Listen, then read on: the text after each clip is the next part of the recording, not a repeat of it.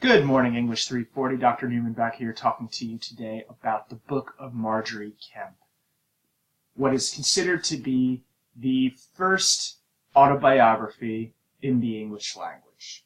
Now, before we talk about Marjorie, I want to ask a big question, and that is, what is normative sexual identity? What are normative models for heterosexual pairing? What scripts of courtship, romance, love, and marriage does the culture offer the individual? These are questions we can ask about, the world today for things like romantic comedies and pop music and greeting cards and morning drive time radio. All of these things have sort of scripts that they're giving us about how people court, how they love, how they marry, how relationships are supposed to go. And now I'll ask you, what might come to mind if you were asked what the normative models for female sexuality and marriage were in the Middle Ages? What images come to mind from popular culture? Now, you've already gotten a sense of this a little bit from The Wife of Bath and also from Sir Gawain and the Green Knight. So you might say, okay, the Middle Ages, normative sexuality, well, there's courtly love. This idea of this absolute devotion of a man to his woman and hanging out in gardens with hawks. Then there's the 19th century reimagining of courtly. Of course, in the 19th century, they were given to projecting their ideals and fantasies onto the Middle Ages.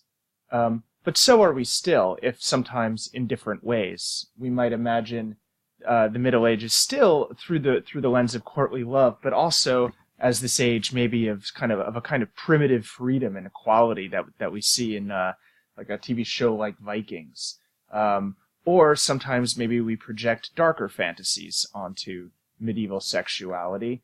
But another aspect of female normative sexuality, and normative sexuality in general in the Middle Ages, was the idea that a sexual identity, as we understand it, might include, your sexual affect choice, where, you're heterosexual, you're bisexual, you're homosexual, whatever.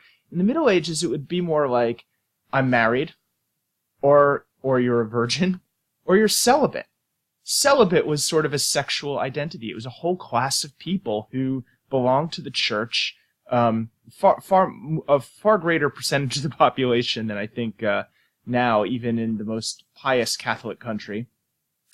Here we see Saint Hildegard of Bingen, who was given to the church as a child, to a monastery. She was the 10th child, and so as the 10th child, she was tithed to a monastery, because you give a tenth of everything, right, including your children. Now, tithed children was banned by the church in the 13th century because they wanted people in monasteries who actually wanted to be there. But this just is try to show you that there's a different sense of what sexuality and marriage was about, and we're certainly going to see that in the book of Margery Kempe. Marjorie Kempe, of course, is living a couple centuries after Hildegard. She's living in late medieval England. Who was Margery Kempe? Well, her lifespan, as far as we know, goes from 1373 to 1448. She lived in King's Lynn in Norfolk, England, which was a prosperous port town and regional trade center. She wrote the first autobiography of English, which was written in 1436 to 38 initially and was revised over time, and it was written in collaboration with her scribe and later her son, although there's been debate over how much editorial intervention they made. And she was part of the local elite. She wasn't an aristocrat, she wasn't a noblewoman, but she was the daughter of the mayor, she was the wife of a prominent merchant, and a merchant herself, as we learned reading that she was kind of an entrepreneur, we might say now. She tried her hands at brewing, at cloth making, this and that, and so she belonged to this rising middle class. She also belonged to a legal category that existed at the end of the Middle Ages, but which would be outlawed in the early modern period. She was what was called in medieval law a femme sole, a woman who had legal personhood. We're accustomed to think of history in certain ways as going in a straight line, as, for example, women's rights progressing from less to more over the course of history. It doesn't always go in a straight line. Sometimes there's kind of a zigzag pattern. For example, women in the late Middle Ages, especially women in town, this was the rising bourgeois class, were not restricted to the private sphere to the extent that they would be in the early modern period and even into the modern period.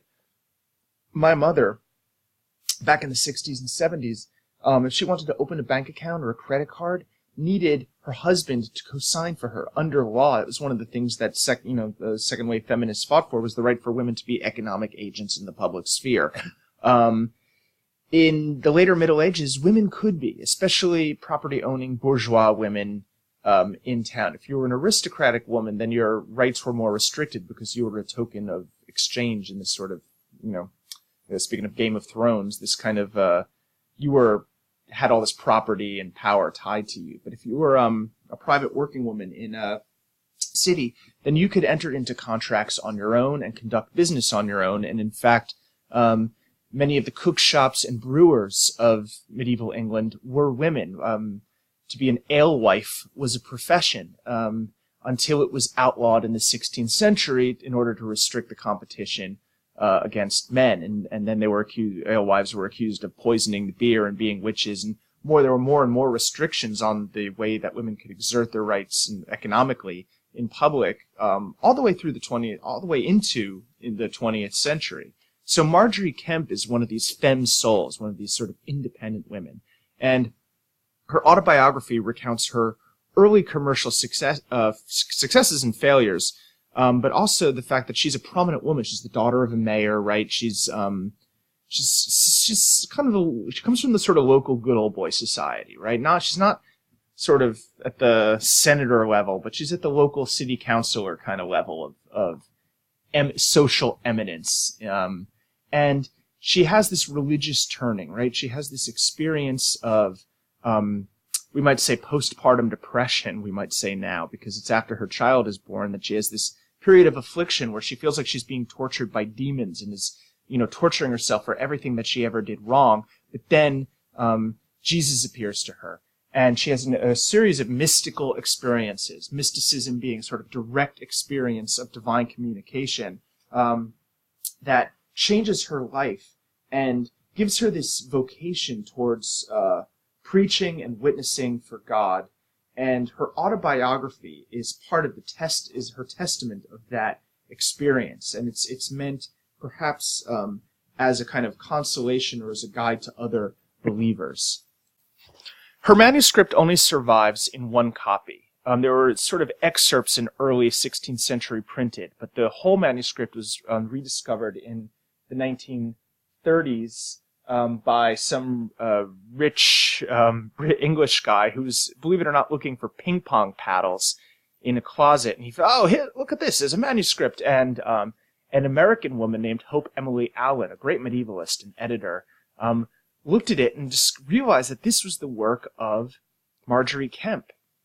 And it had been hidden in a charter house, which is a kind of monastery. Now, it's amazing that it survives at all, because if you know anything about history, you know that during the English Reformation in the 1530s and 40s, so much of England's Catholic past was destroyed, burned by the Puritans under Thomas Cromwell and under Archbishop Cranmer and others who were sort of trying to de-Catholicize England in that period. Now, we might also identify Marjorie as belonging to a spiritual tradition of the late Middle Ages known as affective piety. Affective piety is understood as worship and spiritual experience rooted in imagination of and identification with the experience, especially the suffering of Christ, apostles, and saints. In the modern evangelical idiom, we might call it a personal relationship with Jesus Christ, but what it imagines is not just sort of a distant ceremonial kind of worship, but an emotional worship, and that involves imaginative connection. There are Catholic traditions of this that still survive. For example, the tradition of walking the stations of the cross on Good Friday is a kind of imaginative identification with the suffering of Christ that's meant to make you feel a certain way. this is affective piety. And there's a focus in the later Middle Ages away from the sort of triumphant Romanesque Jesus who's on the cross wide-eyed looking on his enemies like, yeah, I'm crushing this, to the suffering human Jesus of the Gothic period, where we're invited to sort of identify with his misery and suffering, and his, to use the medieval term, his passion, which is a word from Latin that means suffering. This is what it means in The Passion of the Christ. And in fact, that movie is very much in the tradition of affective piety itself. Affective piety is particularly associated with female spirituality in the later Middle Ages. Believe it or not, I mean, the period before the Reformation was not a period of irreligion. It was a period of intense religious devotion. That's in part what motivated the sales of indulgences that Martin Luther railed against. And prayer books called Books of Hours were incredibly popular accessories for rich aristocratic women. And we see here on the left, we see this Mary, this Duchess of Burgundy, reading her book. And pictured in that book through this window, we get this sort of window into her mind. She's imagining Mary with Jesus, and there's the Duchess herself sitting there with them. So this is kind of an illustration of the kind of spiritual practice of affective piety.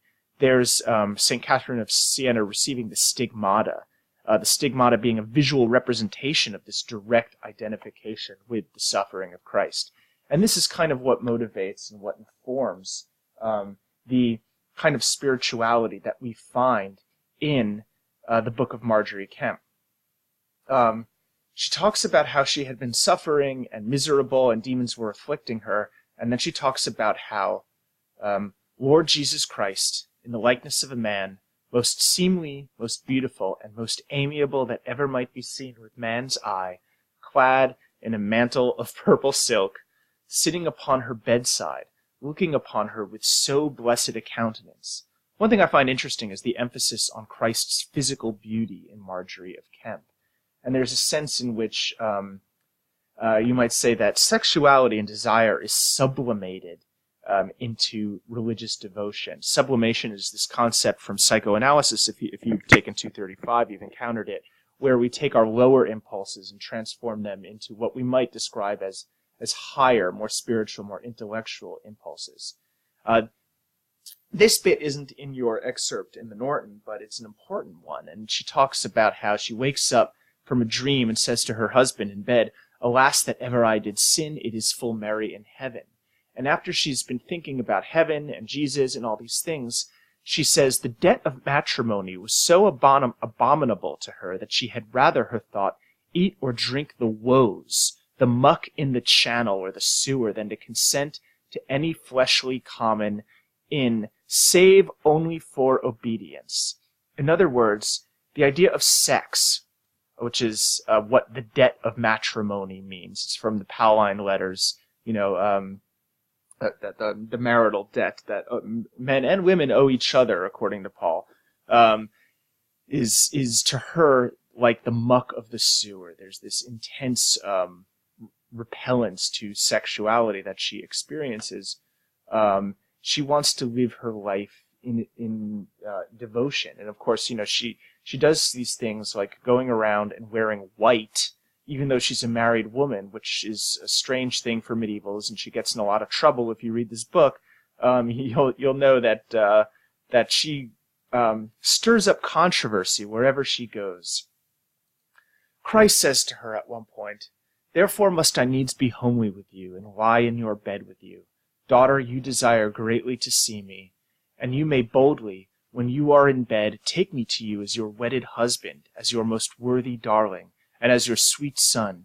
You may boldly take me in the arms of your soul, and kiss my mouth, my head, and my feet as sweetly as you will."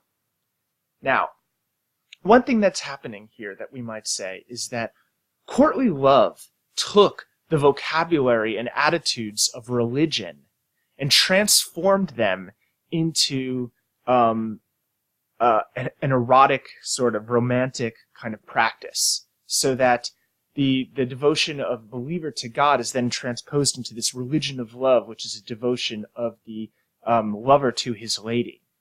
And that develops its whole vocabulary of love, of feeling, of devotion, which then gets reappropriated by religion. So what we see here is courtly love and the attitudes of courtly love transformed into religion. There's a lot more to say about Marjorie Kempe. On page 436, it's interesting to think about bodily penance and the quantitative conception of sin, how she's evening the scales. But one thing I will ask you this, just to go on just for a second on this vein of courtly love. This association of sexuality with religion is one that goes on, especially in the mystical tradition. The sculptor Bernini picks up on this in his famous painting of Saint Teresa. A little close up there. Yeah, she's having a religious experience, all right. Anyway, a few things I want you guys to think about. Why does Marjorie want to give up sex? How does she negotiate that with her husband?